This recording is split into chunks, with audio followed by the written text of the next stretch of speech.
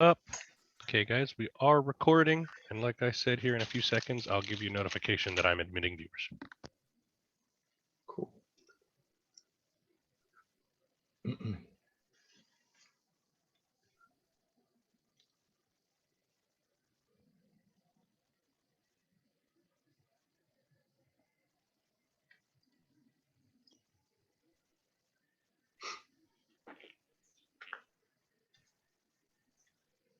All right, I'm admitting viewers. Good luck, guys. All right, thanks, Rafael. Thank you. So, Steve, we'll just give it another minute. All right, no problem.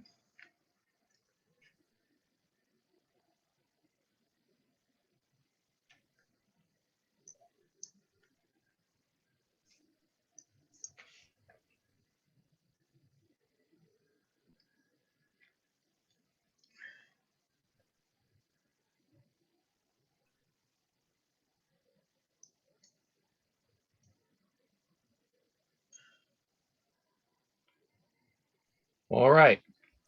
Well, welcome, ISSers. Good afternoon. This is session IC 33, introducing CVT Plus, using images to improve CRT outcomes using clinical video telehealth. My name is Jerry Dickerson. I'll be the monitor for today's session and will provide the CEU code at the end. I'll say it to you and I'll also put it in the chat box. Before we get started, it's the request of ISS that we all remember to mute ourselves. Questions can be asked using the chat feature, and we will do that at the end of Steve's presentation. So I'll go ahead and introduce you to Steve Mitchell. Steve, take it away. All right, thank you. Just some background. I'm a clinical specialist in seating wheel mobility and assistive technology at the Cleveland VA. I work for the Spinal Cord Injuries and Disorders Regional Center there, and we're also certified ALS Center of Excellence. So without any further ado, I'll go ahead and go and move into my presentation here. I have no disclosures whatsoever. Although I do mention specific products, the fact that I mention them does not in any way constitute an endorsement of them by either me personally or by the Department of Veterans Affairs.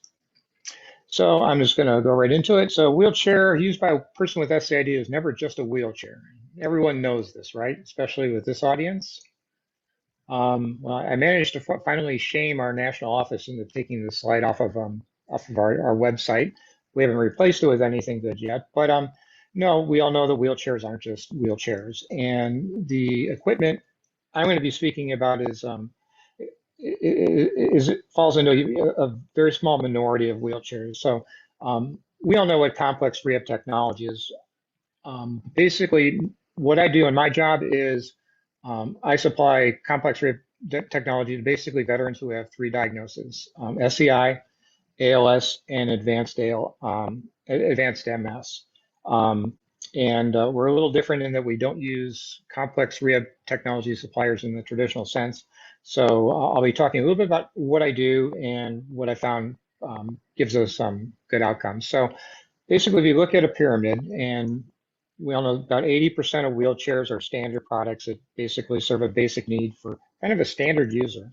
And then there's a 20% that we all know require additional services and expertise to provide, known as complex rehab technology.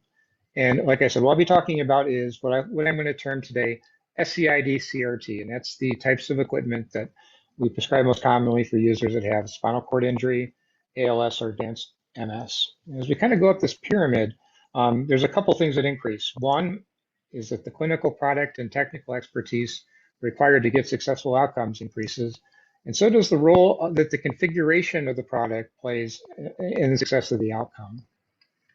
So basically, what I've kind of found, and most professional resources tend to reinforce this, is that successful outcomes require basically three different types of specialized expertise. First is clinical expertise, and that's what most clinical ATPs do. And we follow evidence-based practice as much as possible. So we get to know our clients' medical needs. Also, just functionally, what do they need to do in their chair? We're kind of their main advocate in that sense. But then there's the flip side of the equation, that's product expertise. And as a clinician, what I need to know is I need to know what's out there, knowledge of available products, And it's one, while manufacturers, marketing information, and clinical educators are helpful, it's my direct experience with specific products that really is going to be the main determinant. Is basically I've got to always kind of critically assess how effectively something works for the people I work with and what their needs are. But to know what products are appropriate isn't enough, and that's because there's technical expertise, and that's the knowledge of compatibility and configuration. Once you put all those together, you kind of get what I like to say is an objective analysis of products. And what that is, it's not really evidence-based practice, it's practice-based evidence. So if we were trying to come up with an evidence-based model for CRT, service provision, I would say it's basically effective integration of current research, clinical expertise, user preferences, with that practice-based evidence that comes from an objective analysis of products to provide the right outcome, right product, and the optimal configuration to meet the needs of the user. Because the configuration is so inextricably linked with the outcome, clinicians really need to own responsibility for the configuration of any SCID CRT we provide. In the VA, we've got a lot of, sometimes we have to do a lot of hands-on stuff as far as owning that configuration. But even if we don't we don't do the technical work, we're still on the hook for the outcome. And to do this, service provision needs to be a client-centered, clinician-driven process where the therapist ensures that the necessary clinical, product, and technical expertise is on hand to get the outcome. And that really holds true regardless of whether a service is provided virtually or in person.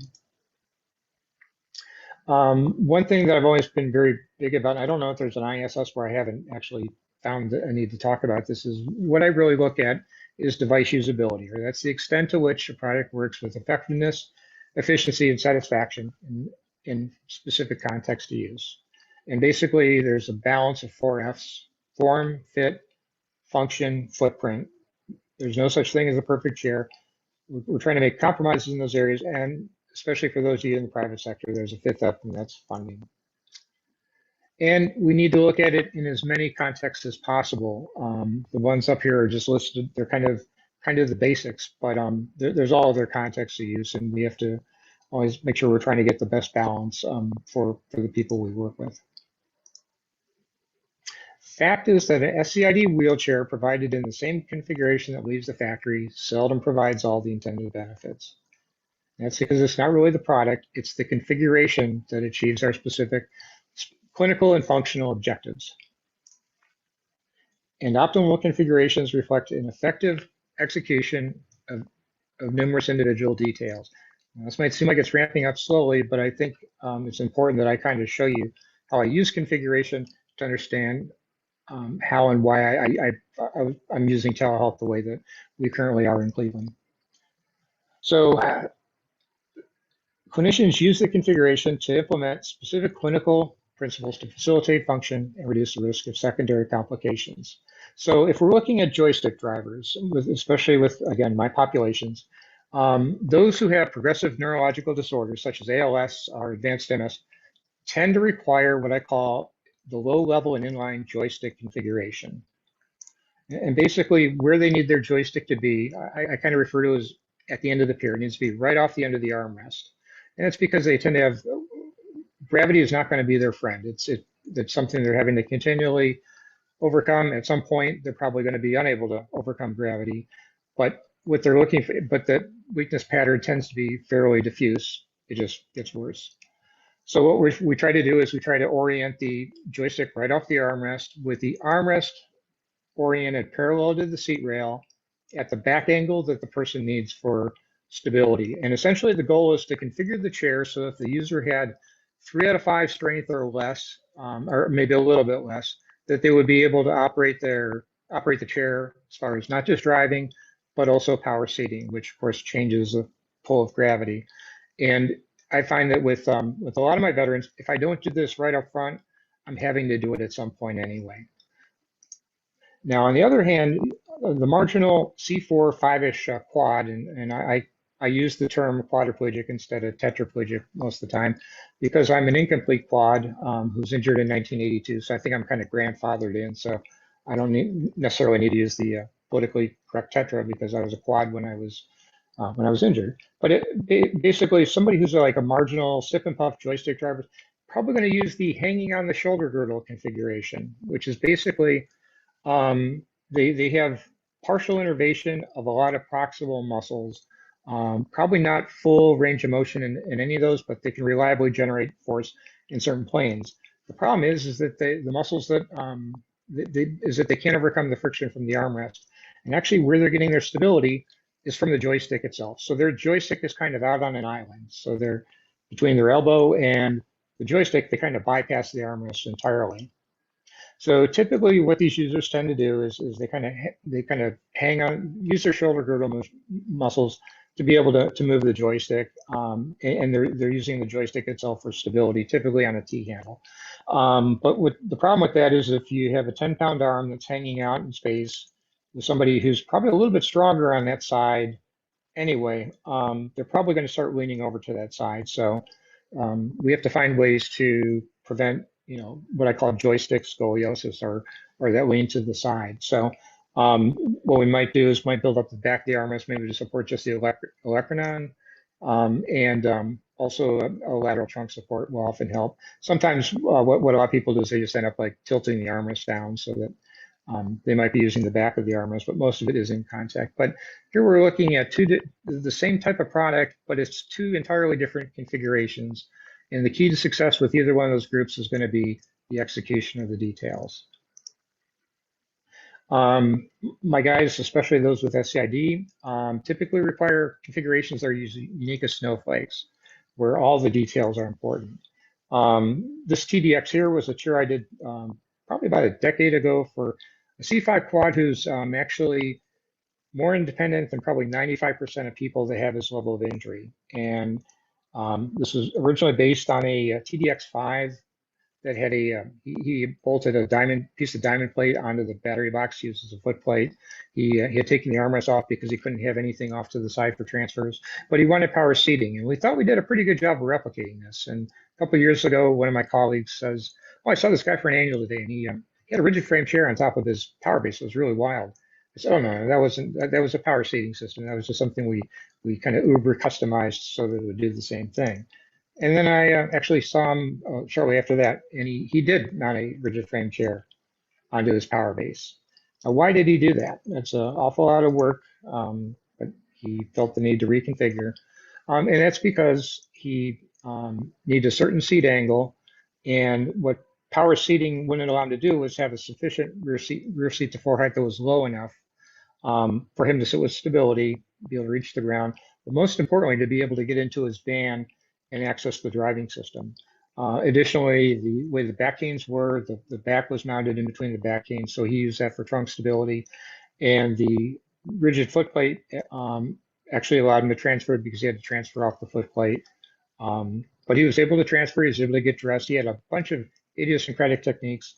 So we had to work with him on a replacement chair because if that chair were to stop functioning, he'd kind of be SOL because the chair was largely responsible for his independence. So we had to kind of start off at the drawing board. And what we came up with was a TDX SP with their ADJ ASBA rehab seating, which is no longer available. So his next chair is going to be a challenge. And we grafted a P222 front end, reinforced it, but did a custom arm that was swung out of the way, nothing on the rail so he could transfer. So how do we do? Not too bad. Does that mean that he's using the green chair more than the blue chair today? No, he's still using the rigid frame, but what can you do? Now, on the other hand, my guys with ALS, if everyone required a snowflake configuration, it would pose a significant challenge for me. So what I've done, we started out as an ALS clinic back in 2008. And as I began picking up different trends that I'd see in users and identify problems that I would need to solve in the future. So I began developing a more modular configuration. It's more akin to an ice cube, something that could be customized and then kind of molded back into the tray and reconfigured. And in Cleveland, we have what I call, there's two basic categories of ALS power chairs. There's an 80% configuration, which is equipped with a joystick.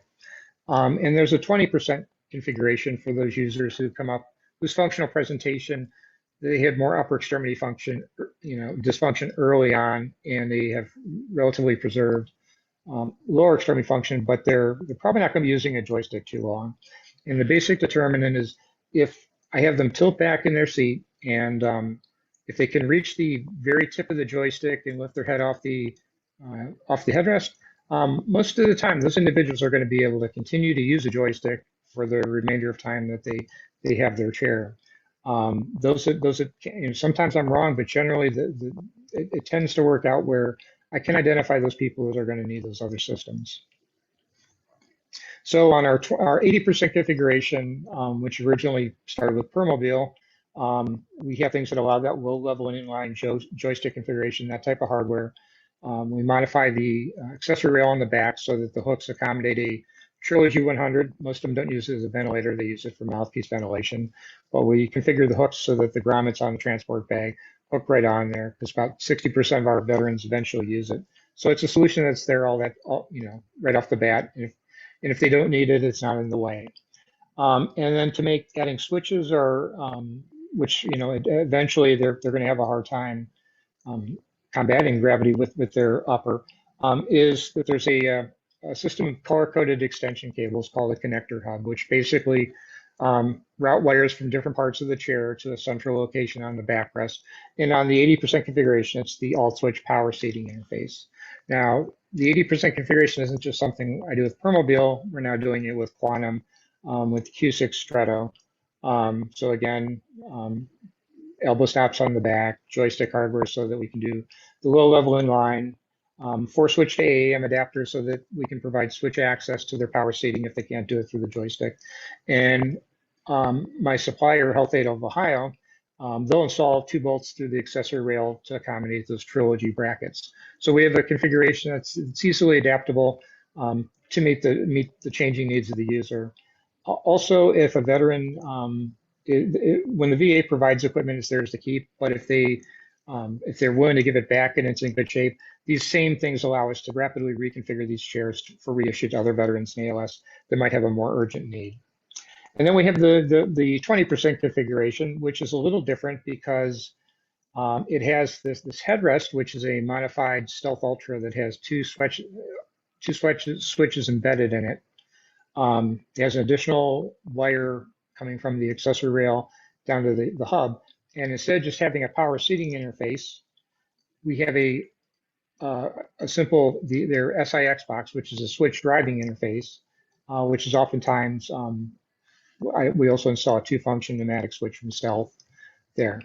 So what this allows us to do is that this is the modular headrest, is that if we do the compact joystick on the Permafix hardware, it gives us very good, easily changeable positioning so we can optimize if they're able to use a joystick. And if they can't, we can create a switch-based driving system based on whatever function they have in whatever extremities. So, and what's nice about this is that the same programming profiles for the switch systems can accommodate any sort of configuration because I'm simply using mechanical switches and it's really plug and play to reconfigure. So if it's clearly the clinician's responsibility to get the details right, then we must be able to see the details. So let's get into some misconceptions about using telehealth to provide SCID CRT. Throughout the country, in a variety of settings, telehealth is being used effectively. VA seating clinicians have been using telehealth for years. Therefore, we must be able to accurately assess someone's positioning or view key aspects of a configuration over streaming video. And the research shows that telehealth can be used as effective as in-person seating wheel mobility intervention in wheelchair service provision. Maybe some of the time, but not for SCID CRT. So let's get into the facts. Okay, before the pandemic, CMS did not reimburse PT or OT provided over telehealth. Therefore, use of telehealth outside the VA was rare. VA therapists, we could use it all we wanted. Then on April 30th of 2020, CMS allowed therapists to bill for wheelchair management during the public health emergency.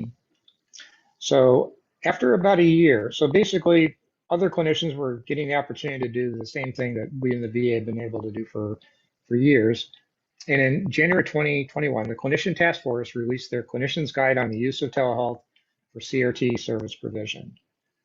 And it seems like they kind of encountered a lot of the same stuff that we encountered in the VA. It is the expert opinion of this organization that the best practice is to conduct evaluations, assessments, fittings, and training in person with a team consisting of a minimum, the evaluating CRT, and the supplier. Now, I kind of keep in mind that currently the Clinician Task Force I do not believe has any VA seating clinician, but and I hope to convince you today, I think that the evaluation part is very much something that we need to continue to do with in-person assessment. I think some of the other things might potentially be best served by telehealth if the service delivery model is properly set up. Let's talk about the studies, and the ones I'll talk about specifically came out of the University of Pittsburgh over the last couple of years. The first is veteran and provider satisfaction with telerehabilitation assessment for wheelchair seating and mobility. And this was Kyla Ott's study, and basically was looking at veteran and provider satisfaction with the home-based telerehabilitation protocol that was implemented at the Pittsburgh VA. I believe she's presenting on this tomorrow. I'd encourage you to attend that. They did find overall satisfaction in both groups, but the providers rated the technology and the video audio quality lower than the veterans. But the conclusion of that study was that the results indicate high levels of veteran and provider satisfaction using the Pittsburgh model. Then there was Mitch Bell's study, which was administered the FMA to people that were involved in the same protocol in Pittsburgh, and they matched it to control subjects from using the FMA registry, which would be private sector.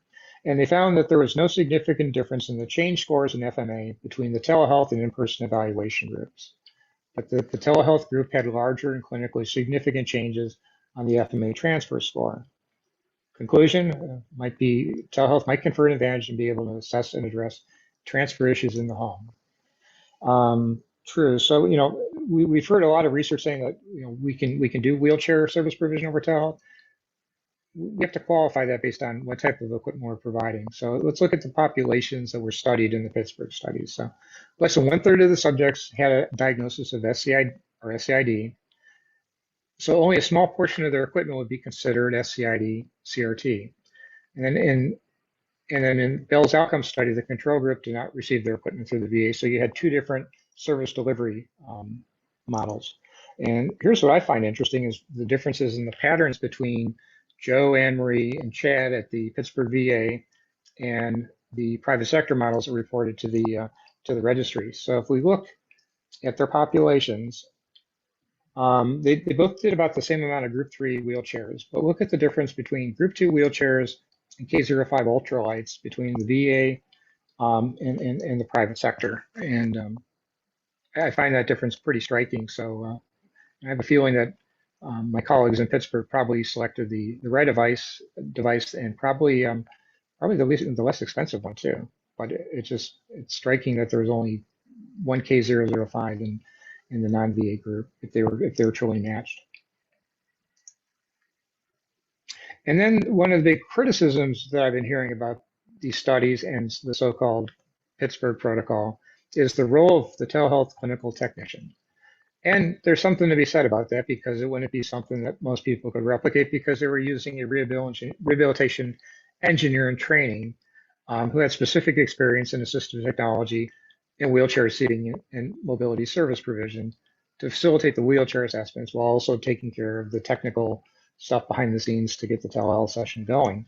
Furthermore, they traveled to the home with demo equipment and a lease van so the person could trial the device in their home during the assessment. So, bottom line is that they may have had a ringer for their technician, but their protocol is exactly right. That's that there's a coordinated effort to have the necessary clinical, product, and technical expertise available between the two sites to get the successful outcome. And telehealth really can offer some advantages. High levels of client and veteran satisfaction, often not just because they don't have to travel. Increased provider scheduling efficiency. It's a lot easier for me to do stuff in my job if I'm not having to do a lot of the hands-on in the clinic, and there's someone there to do it for me. And we have, as a therapist, as an occupational therapist especially, the ability to actually see performance in the home is one of the huge, huge benefits of it. I'm going to talk briefly about telehealth modalities. So most of the time when we talk about telehealth, we're talking about synchronous telehealth, which is basically use of real-time interactive video conferencing to treat the patient, our client. And then there's asynchronous, or store and forward, and that's the ability to capture data, store it so that it can be retrieved by someone at a different location at a different time for clinical assessment. And remote patient monitoring, which is not really part of the scope of my talk. So let's look at each of these mediums. So images, if I take one picture using my cell phone, it's about 1.77 megabytes. But what happens if we take 1 second of video on my cell phone? It's using the same sensor, but instead of getting 1 frame, it's getting 30. Okay, it's 186.6. So there's a big difference in the data for a 1 second video.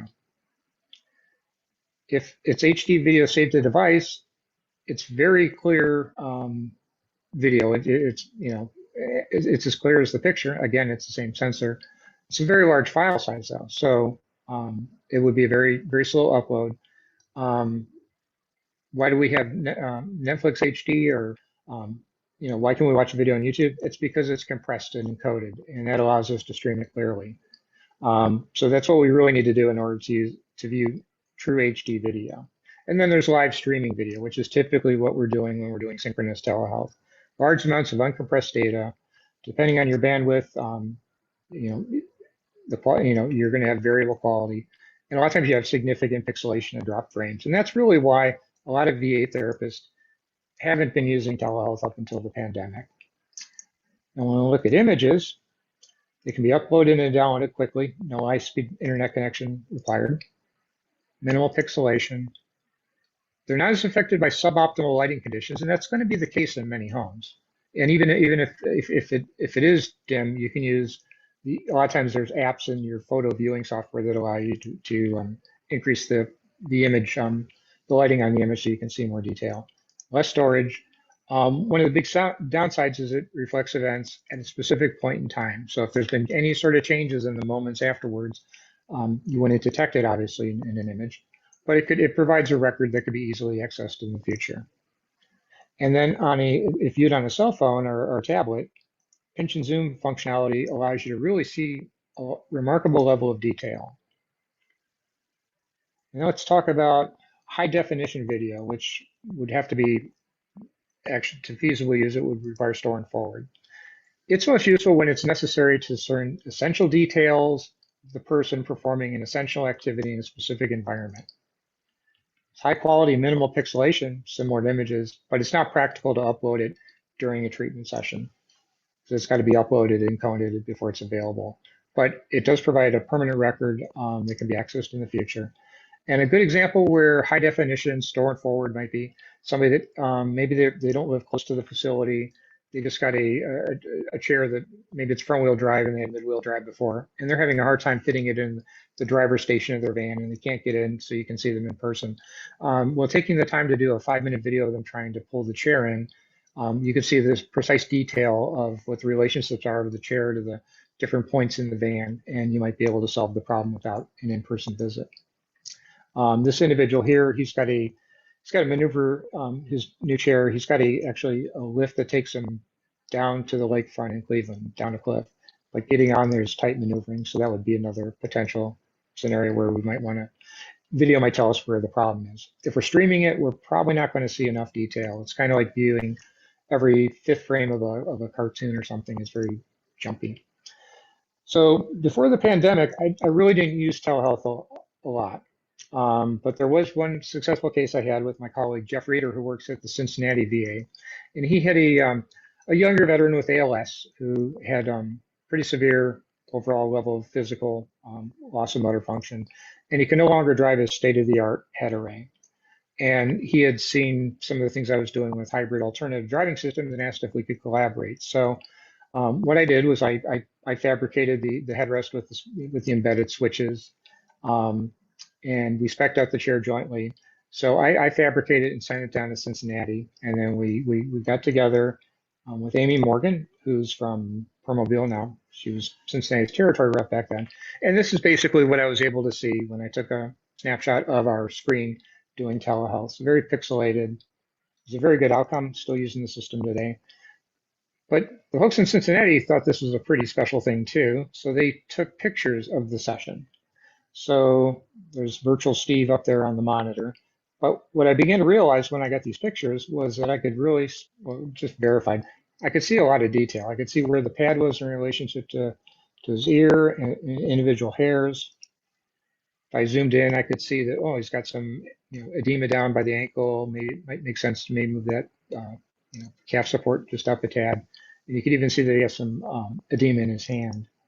So that told me that if we could supplement video, streaming video with images, that would help. The problem is that the VA didn't have any sort of apps that allowed us to do that with our IT and privacy regulations. And I don't know that it was really seen as that was a necessary thing, because everybody was assuming that we were able to do telehealth, to do wheelchair evaluations, and it was, for the level of equipment I do, it was too much of a challenge. So then came the pandemic. So on January 23rd of 2020, first case in the US. A couple months later, it was a national emergency. March 22nd was kind of the day for us in Ohio, where Governor DeWine signed our stay-at-home order. And all of a sudden, everything was shut down. And it was basically a situation where we needed to adapt or survive.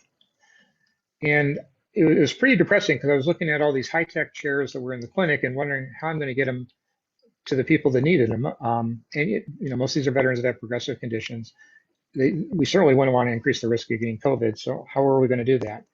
But fortunately, there was this memo that came out from central office saying that effective immediately, we could use non-public facing remote audio or video communication technology, basically commercially available teleconferencing apps, as long as they were not public facing, as a response to the public health emergency, which gave me the outlet to finally try something that I wanted to do for years, and that was to try doing telehealth with simultaneous sharing of images.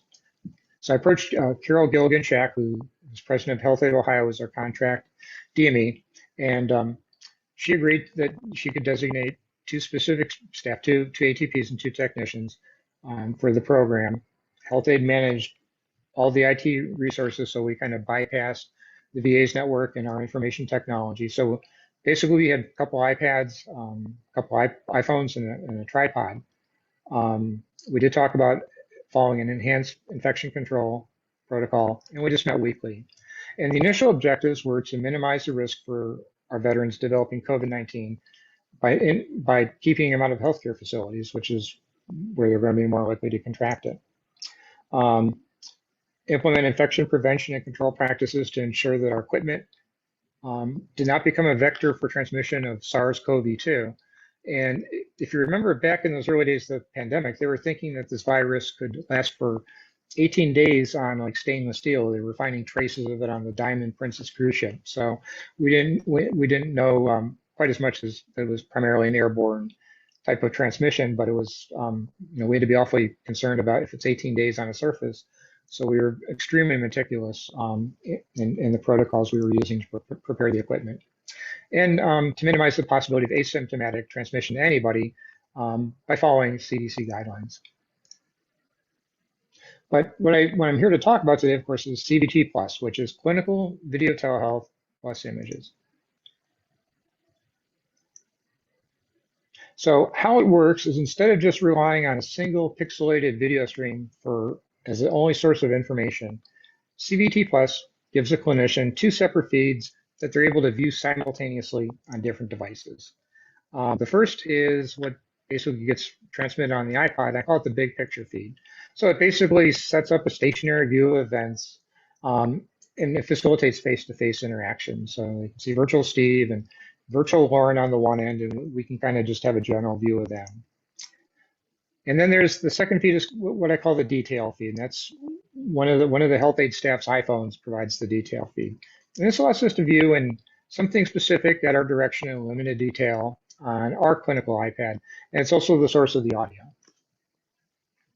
So here's how it would kind of be set up in the veteran's home. So Katie here's got her iPhone. We have the iPad set up on a tripod just to give us a general view of events.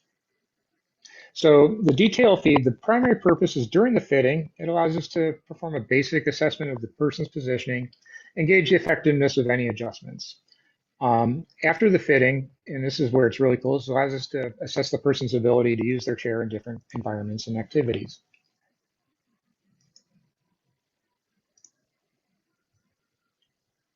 What really sets CVT Plus apart is the ability to efficiently exchange images in near real time. So how we do that is using our cell phones, we set up a private directory in Dropbox. So we could ask for a picture of something that we need to see in detail, and we could typically view a high resolution image through that shared private directory in less than a minute on our cell phones while we're looking at the video on the iPad. So there's a little bit of CVT plus optometry here. So in pick A here, this is kind of it's a little glossy, but I can't really tell what's going on. Might as well be a Bigfoot in there. But this is what an image would provide of the same shot. Okay, this might be the video stream zoom, and it might look a little bit clearer when you're actually looking at the video on a device, and that's because all these different screenshots vary a little bit in their imperfections, but your brain tends to fuse those images, so maybe it looks a little bit more clearly. But it's like if you're trying to look at a still screenshot off of Zoom, or other video conferencing applications, hopefully not my presentation, it may look this bad. Whereas if you have an image, you can tell exactly what's going on. I can tell where the calf pad is, whether our seat depth's adequate, if things are where they need to be. There's me straining to look at a pixelated video image. This is the this is the image actually of what's going on. And with images, you can get a remarkable level of detail. No question about seat depth, but you can see the pores and the covers and stuff on the positioning supports. But we also added structure to it. And I'll call these the 4 key views. So before we even started the video, once the veteran got in the chair, we had them send us 4 distinct images that were carefully framed by using environmental landmarks that could give us a lot of information before we even went live with the video. And these are from the side with the hand on the joystick, fully tilted back so we can see the influence of gravity, directly from the front and directly from the side. Using the headrest as a landmark, you can kind of tell if there's any postural deviations, and being fully tilted, you can kind of see the effect of gravity on head position. The way he was is that most of our users, their head is going to be significantly forward of the headrest when they're upright, and then their head kind of unfurls back in position when they tilt. But we can also tell if, what their function's like against gravity just from looking at that. So again, 4 key views. In this case, we did some modifications to the footplate, and we wanted to look if they were effective by looking and zooming in on the picture. We could. The one thing that CVT isn't going to pick up, and clinicians have to be really wary of these things if they're using CVT to provide clinical CRT services, is that problems caused by forced pressure and shear may go undetected if you're relying simply on visual information. They might go undetected in your clinic if you're relying solely on visual information. So any seating wheel mobility intervention provided over telehealth needs to include protocols to specifically check for these issues. So, we kind of compensate the staff at Healthy to make sure that they can check rows for proper immersion. When we're looking at the person, if they're checking the amount of pressure between if the foot plate, if they happen to have heterotrophic bone in their hip or something, if it might look just fine, but there might be a ton of force there. So you have to make sure that they're able to flex their hips and everything. So it was a matter of kind of checking for those things. And just as an example, this gentleman here looks like he's sliding. Actually, the fact of the matter is he's fused at all his joints. So there's a tremendous amount of force, pressure, and shear here. This would never be doable over telehealth. But he has ankylosing spondylitis, so he's fused at all these joints. So that's his position all the time. So we gave him 10 degrees of anterior tilt to functionally get close to other, to activities. And to do that, we had to do different ways of doing shear because we couldn't do a knee block. But in this case, you couldn't tell what those forces were unless you actually got in there and checked it in person. But as far as being able to tell a person's function in the home, telehealth has been a great adjunct to that. Even though it may not be the most detailed video, this gentleman, we gave him this Frontier this Frontier V6, and he immediately took off. And the first place he went, there's a little pond on his property, and he actually got tearful because he was unable to get back there using his any of the power chairs we've done over the other years. And the thing that opened my eyes is, we're very good in the clinic at being able to optimize a device, but we don't know what's actually going on where the person lives. And actually having the opportunity to see those things can fill in so many of the gaps. Accessibility. This gentleman here is able to back in, access the upper rack on his closet. This gentleman here has got a VPL set up to a sure hands, not VA provided. I think he's self-paid for him, so that he could get on his tractor. And then issues between power chairs and vehicles, and it can be extremely useful to know that this gentleman has a modified pickup truck. When you have a platform width that swings in like that, you have to kind of cut the platform to be able to, so that when it swings in, it doesn't interfere with the transmission tunnel of the truck. So we had to make sure you could safely get on that. And I would have had no idea, knowing what he was talking about, if it was just him telling me about it in the clinic during his eval, but actually when the fact that we were able to do the fitting on site was extremely helpful. A little bit more CVT plus optometry. So there's a gentleman with a 20% ALS config chair. This is what we could see on video. Can I tell if that low level inline configuration is totally achieved? It's a little iffy. That's what the picture showed, which shows that it's working pretty well. He didn't have any upper extremity function against gravity in the line of shoulder flexion or abduction. But he's able to rest his arm. The armrest supports his wrist. The armrest is parallel to the seat rail, so that he's not having to fight uphill, so it's adequate support. This is a year later. He's still using the same technique. So again, this is a configuration that I see over and over and over again. What's different about him now is he's not using his forefinger and thumb to cradle. He's using two fingers, and to get his hand off the joystick, he's now flexing his hips to kind of kick his hand off. So he's definitely getting to the point where he's going to need a hybrid system soon. And fortunately, we have the infrastructure on the chair. This is another gentleman who presented before the pandemic. We evaluated in the clinic. Very limited upper extremity function, but again, low level inline. Was able to drive the joystick pretty efficiently when we did the fitting. We saw him in person. The fitting was done during a CVT Plus session. After about a year, he lost the ability to drive with the joystick. So we sent Health Aid out to implement a hybrid alternative driving system. And initially, it was a head drive knee steer heads, which means that the two switches in the headrest were set up to be forward and reverse, and he would steer with his knees using the chin switch as his mode reset. And one of the keys to the success of these systems is having it set up for what's called 4-axis step latched operations, so that the forward command it doesn't have to be sustained. It can be brief. And basically another quick forward command will speed up a little bit. Another one will speed it up a little faster. A quick reverse command will slow it down. But it's very brief inputs instead of sustained ones, which is critical for somebody who has ALS. After about a year, he had lost the head control to be able to drive with the switches in the headrest. So we sent Health Aid out again, this time with a piece of lock line that was hooked to the Stealth 2-function pneumatic switch on the back, and we converted it so it was a sip and puff knee steering. So he was still able to drive with his knees as far as steering, and then a quick puff would serve as a forward command, and the quick sip was reversed. So we actually transitioned to 2 different types of driving systems, and the only time we saw him in person was during the eval, but we had the configuration that made that all possible.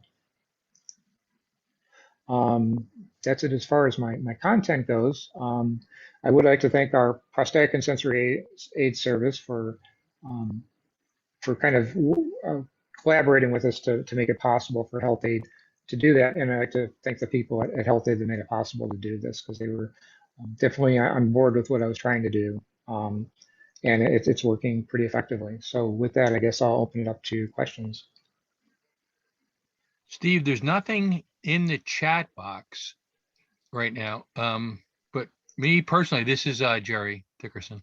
I'd like to just thank Hey, you Jim. for a fantastic presentation, and also let you know that those of us that do not have the benefit of working within the VA system are salivating over some of the interventions that you've been able to accomplish, because our limitations through the federal government or private insurance are such that there are things that you're capable of doing from a skill set and capable of doing because the VA will fund it. The rest of us cannot do. So kudos to you. That was just absolutely fantastic. If anybody has any other questions, you could type them into the chat. And if not, in a minute, I'll hit enter and give you the code. But again, Steve, thanks very much. That was, oh, here we go. Yeah. Question And to you. I guess I can also address.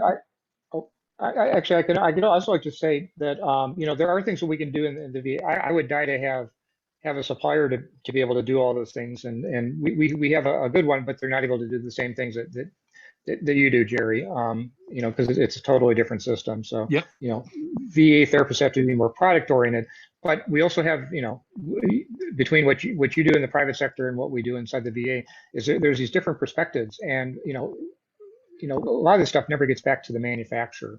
My custom configurations, those are all done through the customs department of the manufacturer. But what if the manufacturer were to be looped in on these telehealth sessions too? So you could have clinician, supplier, and for those difficult cases like some of the ones that I talked about, having the manufacturer being able to kind of connect into the session, they would learn a lot more about their products, because as well as I that a lot of times, at that level, they don't understand some of the issues that we're experiencing in the field.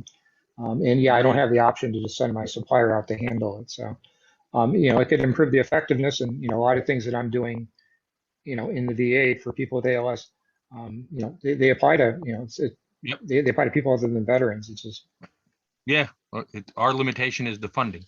But Kristen had a question on, do you set up a private Dropbox for each patient?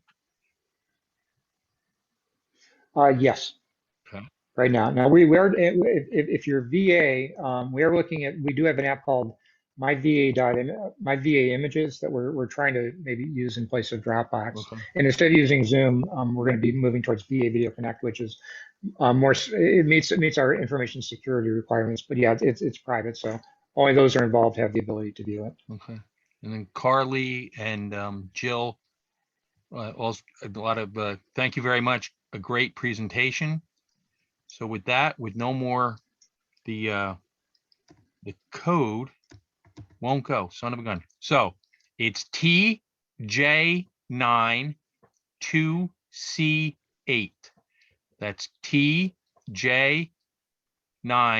2C8. Let me try that. There it goes. Got it. All right, last call for questions for Steve.